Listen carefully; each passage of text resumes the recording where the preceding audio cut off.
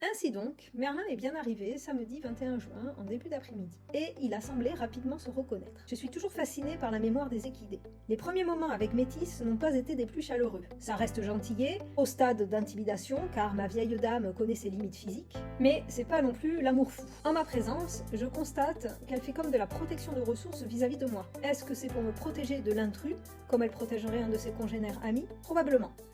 Merlin, il m'attend. Il connaît les lieux, il sait qu'il va venir dans ce pré là. Il attend patiemment. Mais bon, comme ma mule Métis me chauffe mon étalon là, le petit alzan Sabino là, je suis obligée de faire un bon couloir entre les deux pour éviter que Mangetsu s'excite trop et qu'il finisse par traverser les clôtures pour aller saillir Métis ou casser la figure à Merlin. Ah là là, les équidés. J'étais en train de faire la clôture et quand je reviens, donc Merlin il est dans la cabane, mais Métis elle est derrière. Voilà. Cette vieille mule acariâtre. Je pense que quand je vais être là, il va y avoir de la protection de ressources, donc Métis, ça risque d'être un peu pénible avec Merlin, mais quand je suis pas là, ils vont se faire leur vie à deux, quoi. Ouais, oh, voici, tu as trouvé. Tu te souviens de tout, dis donc. Bravo.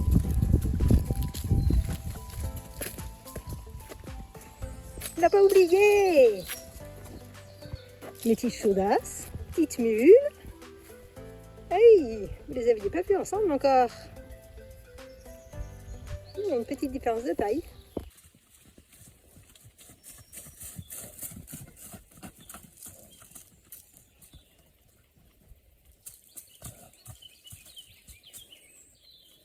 Tu viens?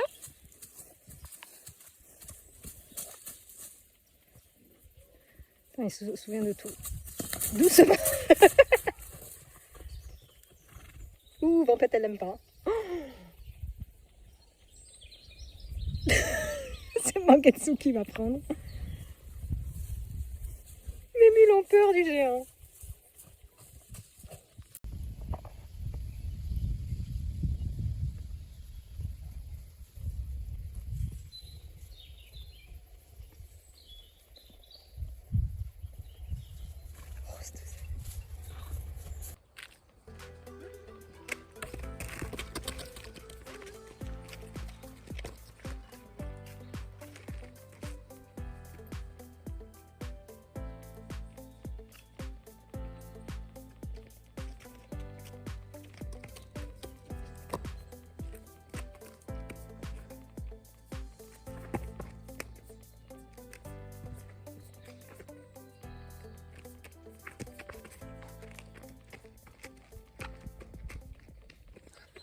On va voir ce qui reste de mon apprentissage du saut musette de l'année dernière.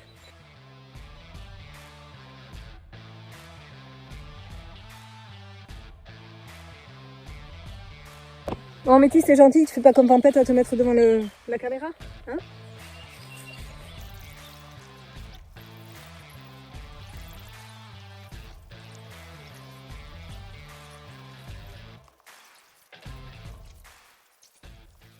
Pour aujourd'hui, je vais déclipser l'osso musette parce qu'il n'est pas en sécurité. J'ai fait une connerie, j'aurais dû le laisser sur la zone stabilisée. Là, vraiment, voilà. Donc je peux lui glisser l'osso musette, ok. C'est fragile, mais ok. Mais par contre, lui enlever l'osso musette en passant les oreilles, aujourd'hui, c'est pas possible dans la configuration dans laquelle on est. Alors j'ai pris Mangetsu pour travailler avec Mangetsu. J'ai laissé Vampette dans le paddock, parce qu'il faut que je travaille aussi l'autonomie de mon étalon. Bon, alors lui, il en a absolument rien à carrer d'être tout seul. Et ça, c'est très très bien. Mais alors, Vampette, elle pleure. Mais le plus dingue, c'est que le Merlin, là, il n'est pas content que j'ai pris Mangetsu. Il voulait que je le prenne. Il voulait que je m'occupe de lui. Il va aller emmerder Métis. Il va se faire recevoir. Métis reste impassible.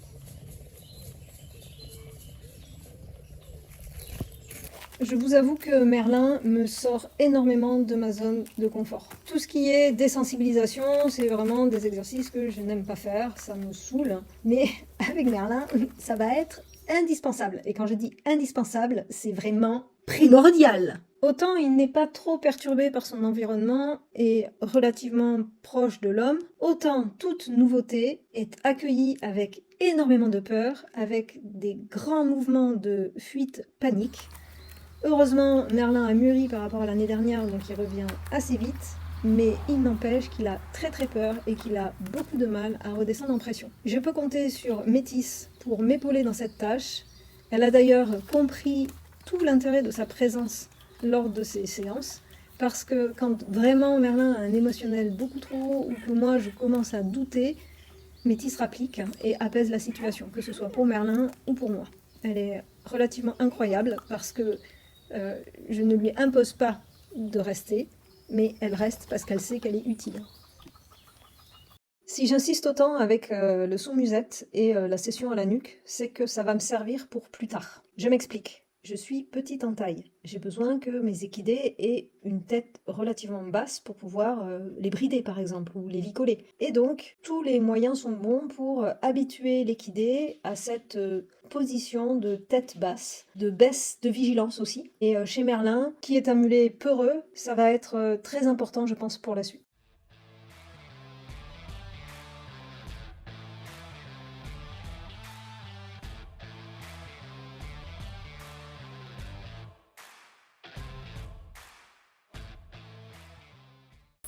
Pourquoi je tiens absolument à travailler en liberté sur les pieds avec Merlin?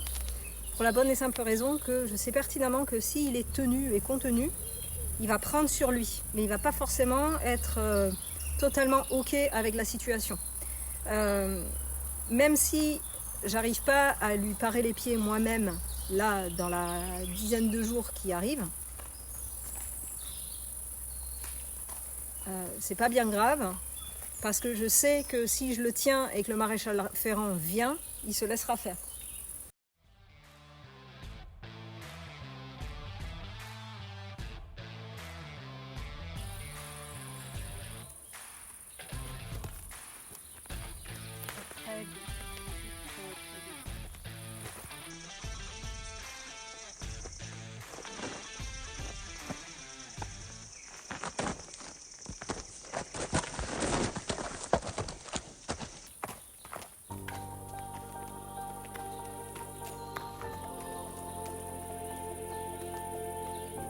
Suite à ce petit contretemps fâcheux, je mettrai un bon quart d'heure à pouvoir lui reprendre les pieds, et encore, pas entre mes cuisses. Voilà, c'est cassé, et ben, il y a du travail pour recommencer.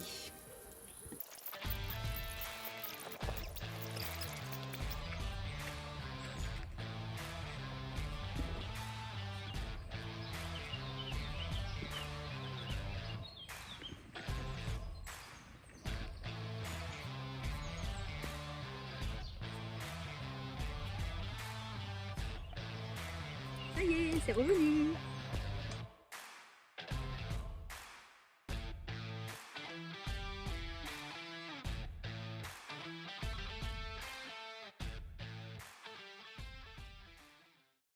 Le vent du siècle, quoi.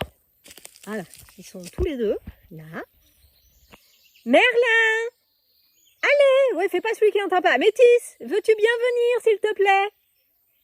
Oui, oui, oui. Ah, merci, Métis. Tu m'amènes le blond? Allez, Merlin, viens. Youhou! Allez! Ouais, c'est pas à mon cul, hein, t'étais malade. Hein. Il n'a pas envie. Hein.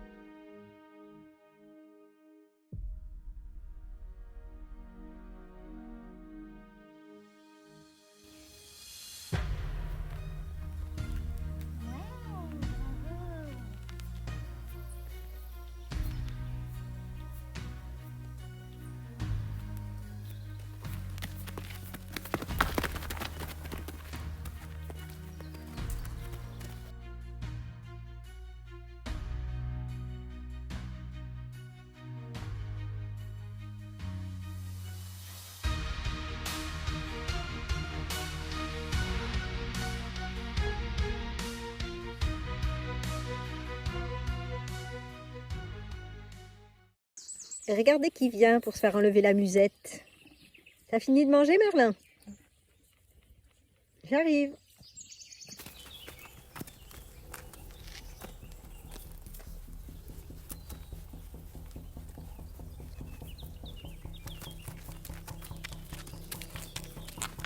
Métis, puis-je avoir sur notre côté s'il te plaît?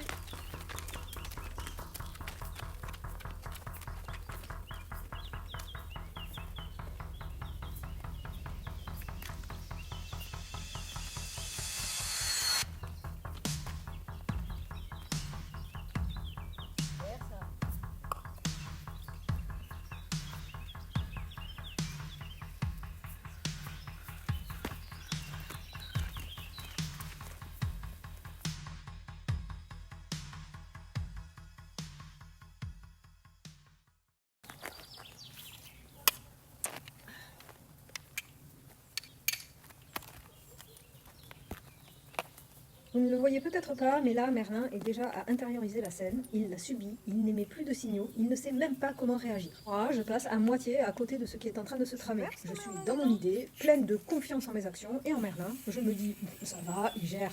Bah non, en fait, il gère pas du tout.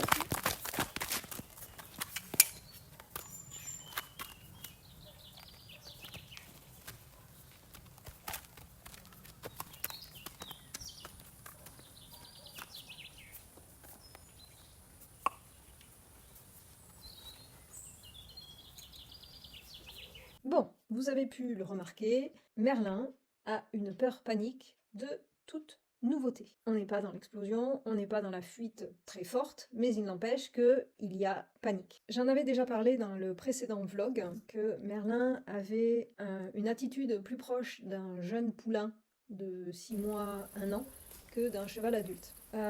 Malgré le fait qu'il ait vachement progressé mentalement, il reste quand même comme un poulain tout juste sevré de 1 an. Il ne connaît rien, mais vraiment rien. Il n'a pas de comportement d'exploration. Il n'est pas curieux. Il reste complètement en retrait, caché derrière les autres, comme un poulain. Tout pareil. La seule différence, et pas des moindres, c'est qu'il mesure plus d'1,55 m et il a une force de cheval adulte.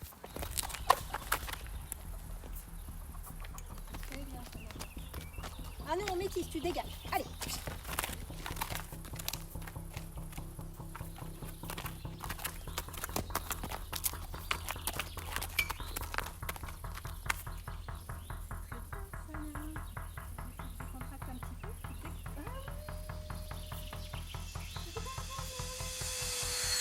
C'est très très bien ça. Bravo Merlin. Oh, dis donc, ça fait long. Oh là là, il y a tellement à apprendre. Si, dis donc. Bon, avec Merlin, on n'en est pas encore là. On n'en est pas du tout encore là avec Merlin.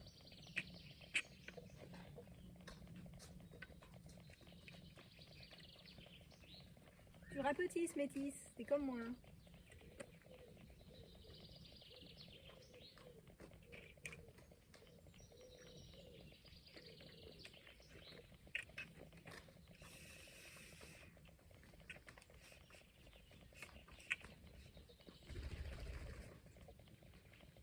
À 57 avec les chaussures. Sinon t'essaies de faire quoi là, Solveig?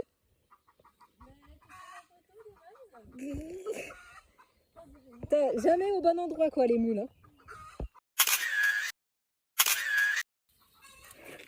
Non mais le style Solveig quoi. C'est bien, Métis ça me drive le blond. Salut.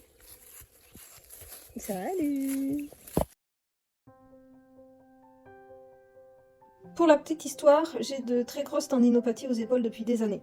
Certains jours, je ne peux même plus lever ou forcer sur mes bras. J'ai même des problèmes de préhension au niveau de mes mains et je lâche très souvent, très fréquemment des objets. Je vais donc préférer l'utilisation du flag au stick pour une question de poids dans mes mains et dans mes bras. Il faut donc aujourd'hui que je désensibilise Merlin à cet outil pour pouvoir m'en servir.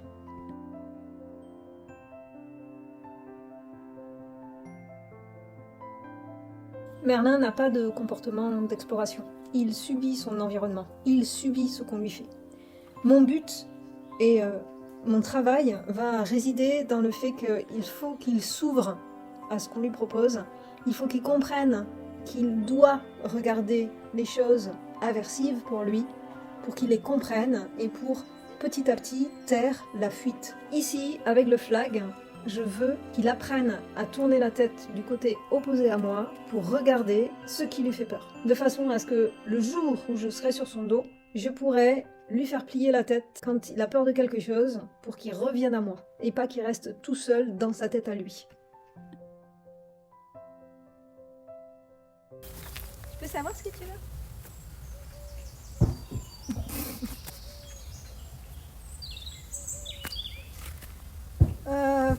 Je sais, non, franchement, non, mais métis.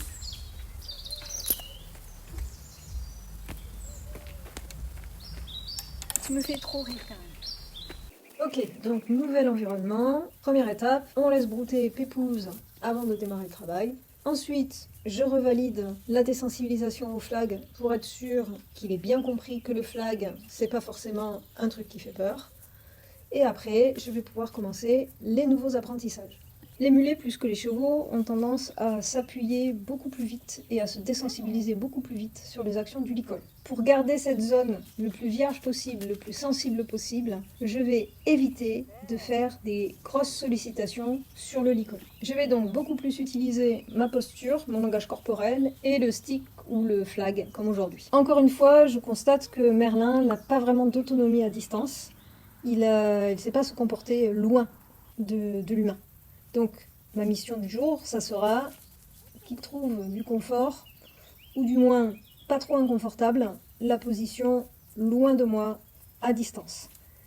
Je vais donc être très vigilante sur le fait que quand je lui demande de reculer ou quelconque autre sollicitation, il ne refasse pas des petits pas en avant, parce que c'est moi qui décide de la distance entre lui et moi, et c'est pas à lui de réduire la distance. Pour travailler l'autonomie, il faut qu'il accepte, il faut qu'il comprenne qu'il ne va pas mourir s'il est plus loin de moi de quelques mètres. Après avoir mis en place le recul à distance, la mobilisation des hanches à droite, à gauche, je vais pouvoir commencer à mettre en place la mobilisation des épaules à droite et à gauche en vue de l'envoi sur le cercle.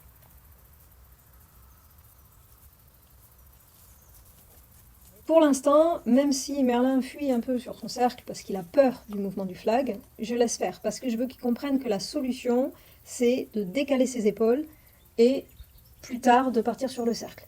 Pour l'instant, dès qu'il mobilise ses épaules, c'est ok. S'il continue de marcher un petit peu sur le cercle, c'est pas bien grave, ça sera l'issue au final. Mais je veux qu'il comprenne que quand je mobilise un côté, quand je fais du mouvement aversif avec mon stick sur le côté de son épaule, il doit déplacer son épaule et partir. Je vais d'ailleurs commencer à stopper un petit peu la fuite sur le cercle en mettant le stick devant. Parce qu'il faut aussi que Merlin ne parte pas en fuite en avant sur le cercle. C'est pas du tout ce que je veux obtenir de lui. Il doit partir sur son cercle de manière réfléchie et sans fuite.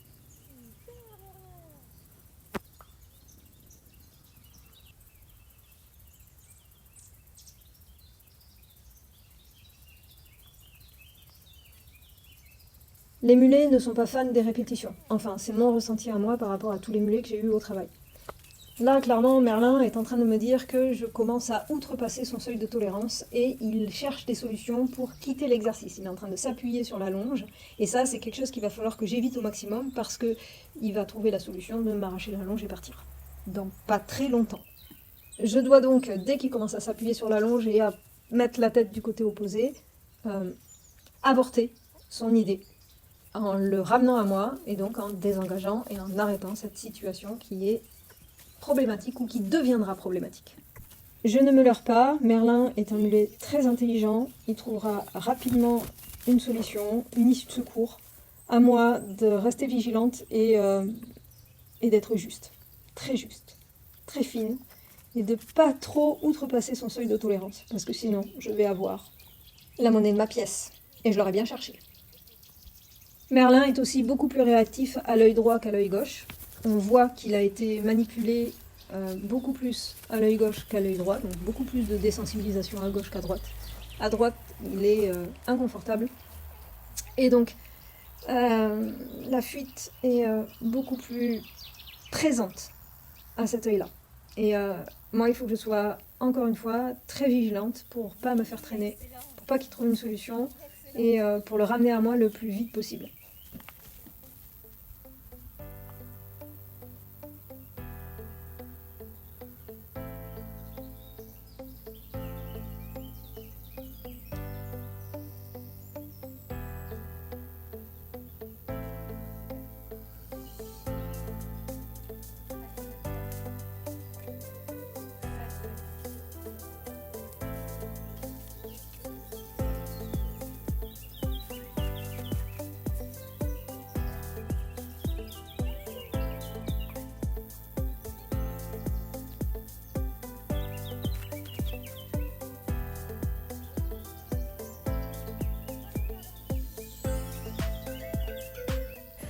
Et comme d'habitude, un petit temps off avant-après dans la zone de travail, de façon à ce qu'il voit que c'est pas toujours un calvaire de venir ici. Même si il y a pu y avoir un peu d'incompréhension quand je le bossais, qu'il puisse pas se servir tout seul de l'herbe. Il faut qu'il arrive aussi à faire la différence entre le temps de travail où on mange pas, on a des bonbons mais on mange pas, et le temps où on fait rien. Et là on peut manger comme on veut. Et Merlin, va falloir que tu apprennes à faire un peu comme Métis, quoi. Hein. Mais t'as vu dans quel état tu es? T'es en sueur, quoi. Moi, je me fais bouffer par les mouches qui piquent. Métis, elle a pas un brin de sueur, quoi. Tu veux le petit d'eau, Métis? Métis.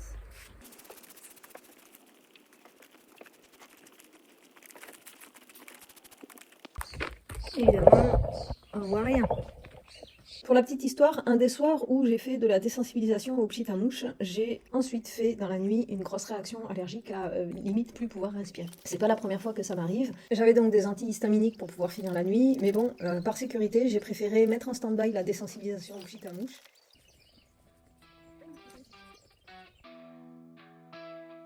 Je suis très contente de ce que me ressort Merlin. Il a bien ruminé pendant la nuit les exercices de la veille. Ça reste encore fragile, mais il répond bien, il est beaucoup plus autonome à distance. Il reste un petit peu craintif, mais voilà, je suis vraiment contente. Au bout de 10 minutes, les exercices sont validés. Je m'apprête à arrêter la séance parce qu'il va faire très chaud et je suis satisfaite de ce que nous avons fait. Mais voilà.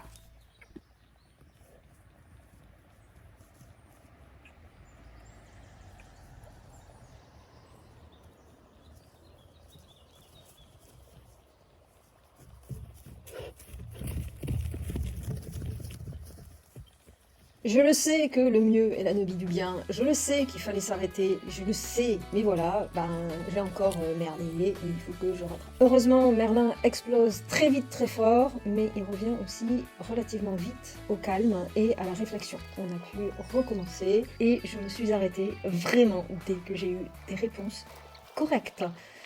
Bon, il est encore à cramer au soleil, lui. Hein. Et Métis, elle est où? Métis, elle est à l'ombre. Mais Merlin, enfin, mets-toi à l'ombre. C'était pas le roi soleil, mon grand, hein, tu vas cramer. Aujourd'hui, je change d'outil. Je troque le flag contre le stick cordelette.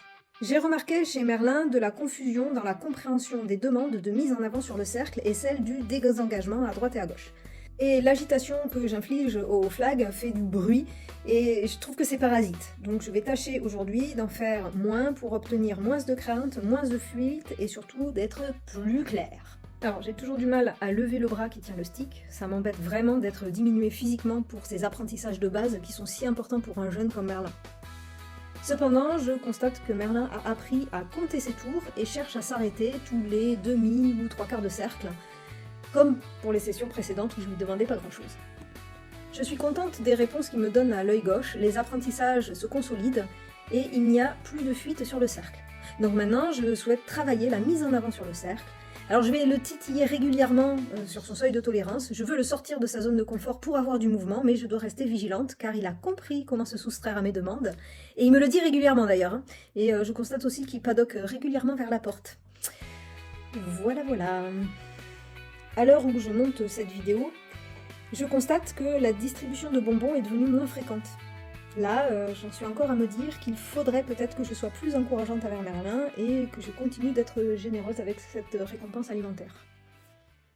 Et encore une fois, quand il faudrait s'arrêter, je m'obstine. Je m'obstine parce que la séance n'a pas été à la hauteur de mes exigences. Pourtant, il y a eu des belles choses, mais il y a eu aussi beaucoup, et surtout beaucoup, de signaux d'inconfort de la part de Merlin. Beaucoup, beaucoup. Ah mais si, je les ai vus.